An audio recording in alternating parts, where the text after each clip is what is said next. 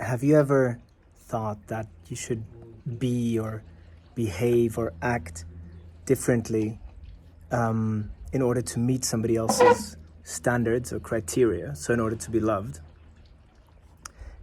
I probably think yes, because most of us, we do that.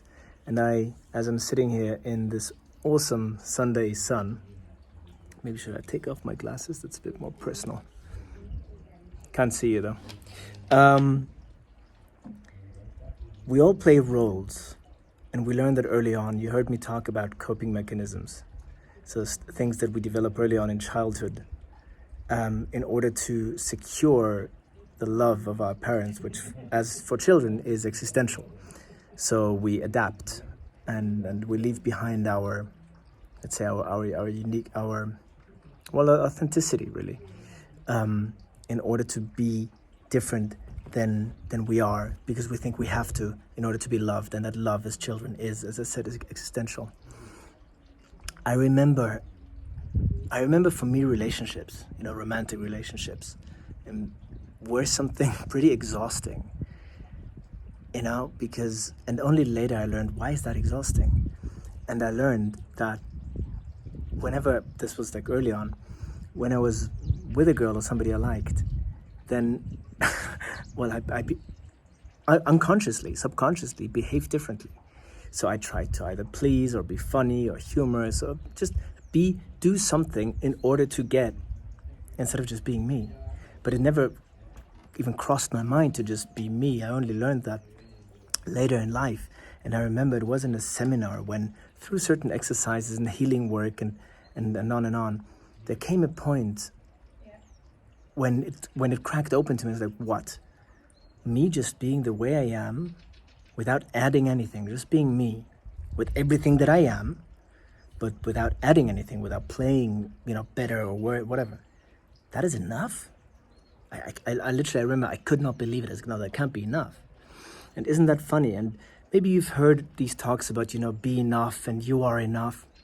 Those things, they didn't really work for us as an affirmation if deep within we don't believe it.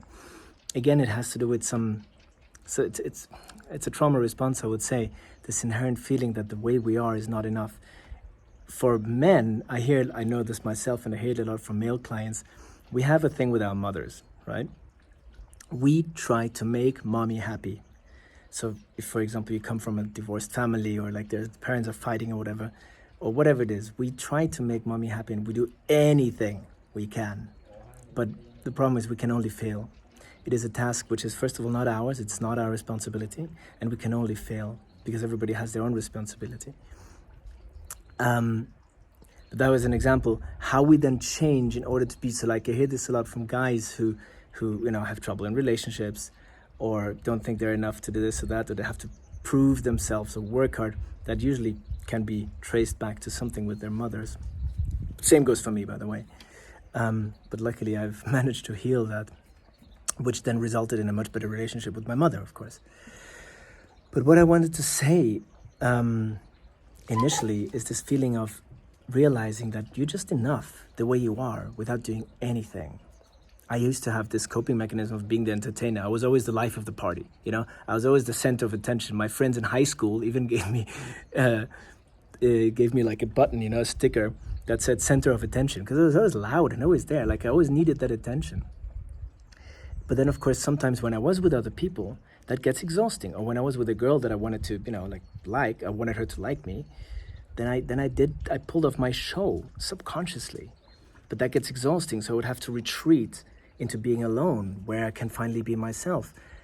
And then when I'm with people again, I would do my thing with whatever show or act, not act, but like just being not 100% me. And of course, that is exhausting.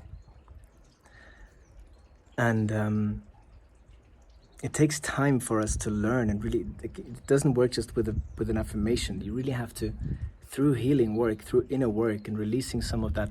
There's sadness behind, there's fear behind, there's a lot of stuff underneath that. But when that, gets released, and you really just know, hey, the way I am is enough.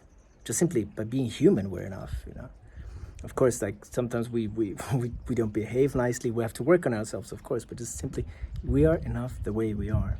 And then our relationships, and I talk out of experience, then relationships are, you know, what they're supposed to be. They're nourishing, they're fun, they're great, you know. They're not like and to do like something that is exhausting, where then I need to, you know, take a break from. Which is what I'm experiencing in my current relationship. But I'm just the way I am, and I love it, and it's just smooth and nice, and it's wonderful. So this is what I wanted to say today. This is a big topic. I will talk more about this today, but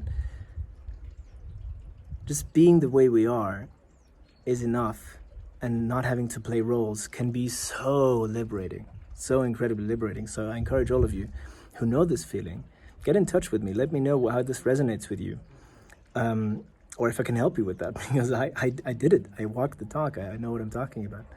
And by the way, all this feedback that I'm getting, you know, I used to do videos and I would be like, you know, like be the cool guy. And now, as I'm just really myself, I'm just starting to talk, and I talk from my heart. I'm getting so many wonderful emails, direct messages, or calls from people who say, wow, you know, you touched me and this feels so real. And actually, it's so easy. I am just being myself with the stuff that's inside of me, with my light and my darkness, everything. And that gives me the love that I was always craving, and I was looking for it by, you know, trying to be the cool guy or the funny guy or whatever else, you know, I tried to do. It's so funny, right? When you stop pretending and you're just yourself, everything falls into place. With that, I wish you a wonderful Sunday, and look forward to seeing you in the next video. Mwah.